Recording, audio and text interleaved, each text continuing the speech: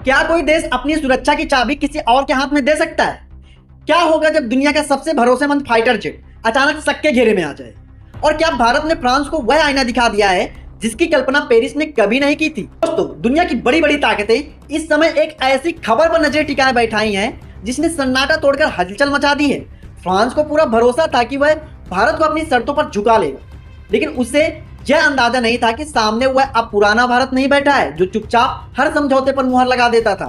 सोचिए, जिस राफेल को दुनिया का सबसे खतरनाक और भरोसेमंद फाइटर जेट कहा जाता, वही आज सबके घेरे में खड़ा हो जाए, तो इसके पीछे की वजह कितनी बड़ी होगी? यह उस नए दौर की शुरुआत है जहां खेल के नियम बदल चुके हैं और अब उन्हें लिखने वाला भारत है। कभी दोनों देशों की दोस्ती की मिसाल दी जाती थी। आसमान में उड़ने वाले राफेल सिर्फ ताकत का नहीं बल्कि भरोसे का प्रतीक थी, लेकिन अब वही रिश्ता एक ऐसे मोड़ पर आकर ठहर गया है जहां से आगे बढ़ने का रास्ता बहुत ही धुंधला नजर आ रहा है। भारत ने ऐसा फैसला लिया है कि जिसकी गूंज पेरिस की गलियों तक सुनाई दे रही है, और वह आत्मविश्वास जो राफेल के पंखों पर सवार होकर दुनिया में उड़ रहा आज जमीन पर उतरता दिखाई दे रहा है। देखिए, कहानी में असली मोड़ तब आया जब भारत ने साफ शब्दों में कह दिया कि हमें सिर्फ जेट नहीं चाहिए, हमें उसका पूरा कंट्रोल चाहिए। और यही से शुरू हुई वह टकराव की कहानी जिसने पूरी दुनिया को चौंका दिया।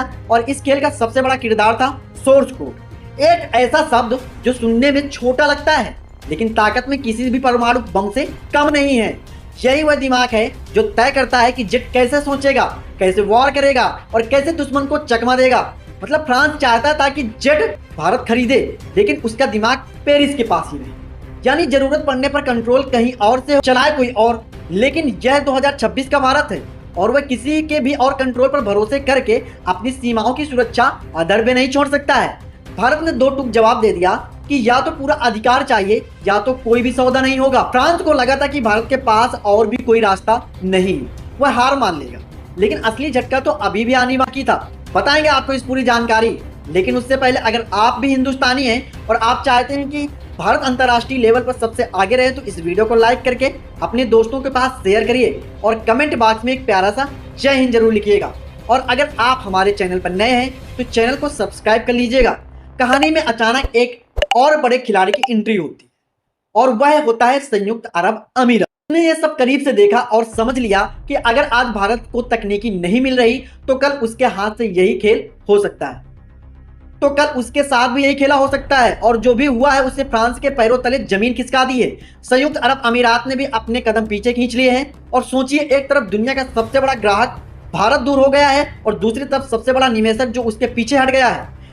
डसॉल्ट एविएशन के लिए यह किसी बड़े तूफान से कम नहीं था। जिस राफेल पर उनका पूरा भविष्य टिका हुआ था वही अब बाजार में अकेला खड़ा नजर आने लगा है।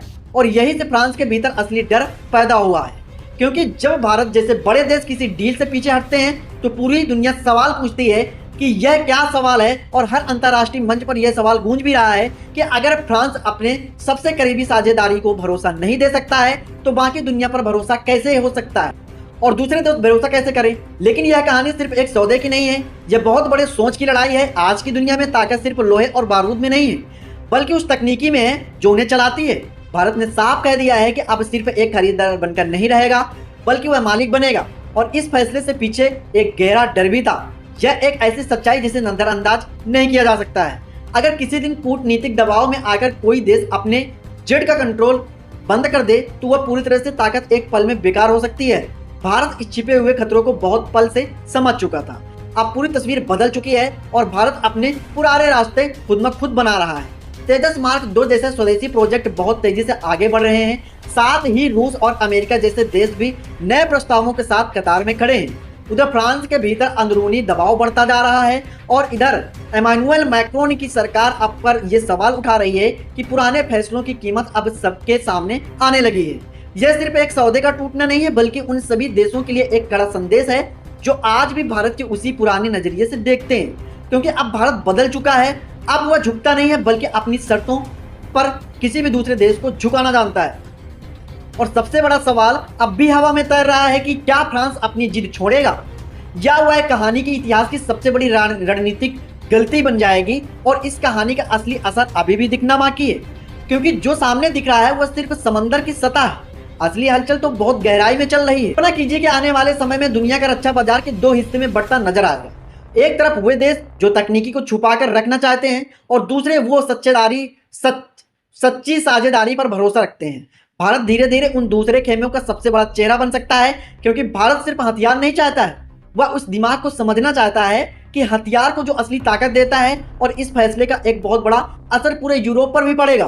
फ्रांस के लिए यह सिर्फ पैसों का नुकसान नहीं था, यह उनकी वैश्विक पकड़ का प्रतीक था। अगर यह पकड़ ढीली पड़ती है तो बाकी यूरोपीय देश भी अपनी रणनीति बदलने को मजबूर होंगे। हो सकता है कि आने वाले सालों में यूरोप के भीतर भी तकनीकी को साझा करने को लेकर एक नई बहस छिड़ जाए, क्योंकि अब ग्राहक सिर्फ खरीदार नहीं रहे, वो बराबरी का दर्जा चाहते हैं। सबसे दिलचस्प बदलाव भारत के अंदर देखने को मिल सकता है, क्योंकि यह घटना भारत के आत्मनिर्भर होने की सोच को और भी तेज कर देगी।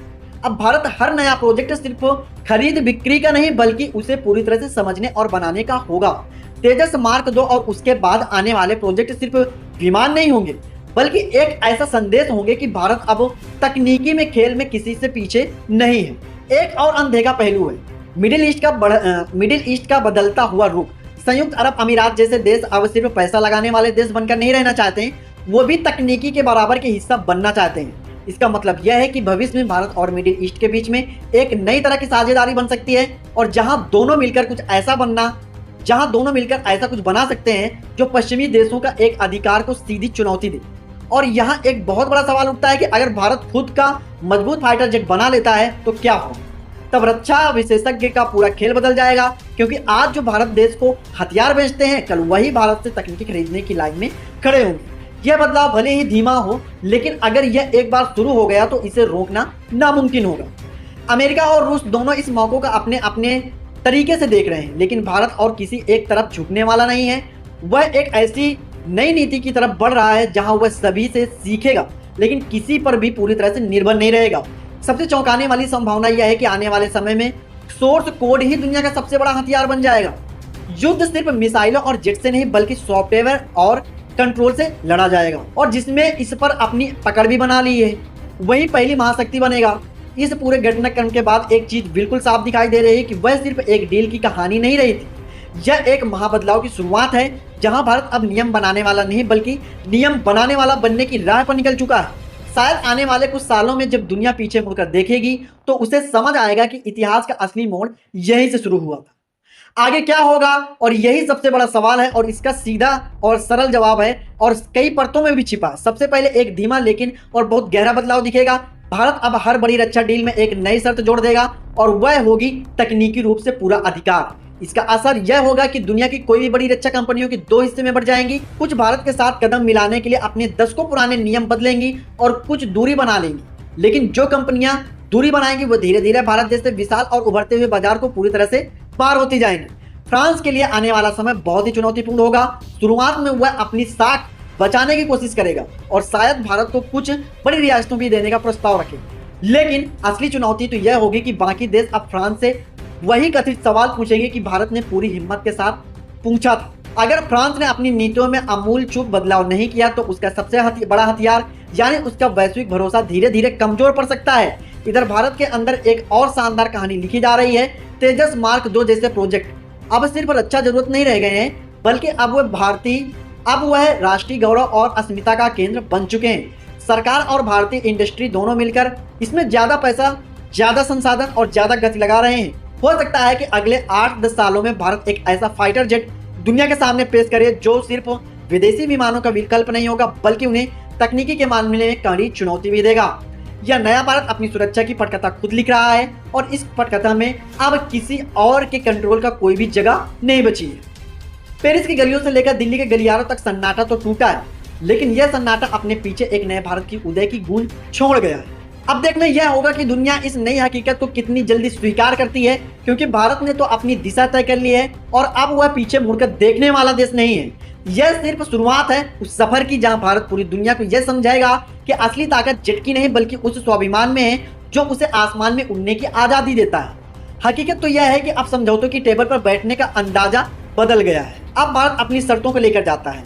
फ्रांस के अधिकारी, अब वहाँ के नेता शायद इस बात को अब भी पूरी तरह नहीं पचा पाए हैं कि उनका सबसे पुराना और सबसे बड़ा दोस्त अब यह अलग रास्ते पर चल पड़ा है। यह रास्ता आत्मनिर्भरता का है, यह रास्ता खुद की पहचान का है। जब हम राफेल की बात करते हैं तो हम सिर्फ एक उड़ने वाली मशीन की बात नहीं करते हैं, हम उस पूरी प्रणाली की बात करते हैं जो हमारे पायलटों के जीवन और हमारी सरहदों की सुरक्षा से जुड़ी है। अगर उस प्रणाली की चाबी हमारे पास नहीं है तो संकट के समय हम असहाय महसूस कर सकते हैं। भारत के रक्षा विशेषज्ञों ने बहुत ही बारीकी से इस बात का अध्ययन किया है कि पिछले युद्धों में कैसे विदेशी ताकतों ने ऐन वक्त पर हाथ खींच लिए थे या तकनीकी रूप से सीमित कर दिया था। वही कड़वे अनुभवों ने आज भारत को एक कड़े फैसले पर पहुंचने के लिए मजबूर कर दिया है और अब दुनिया को यह समझना होगा कि भारत की खामोशी उसकी कमजोरी नहीं है बल्कि उनकी तैयारी है।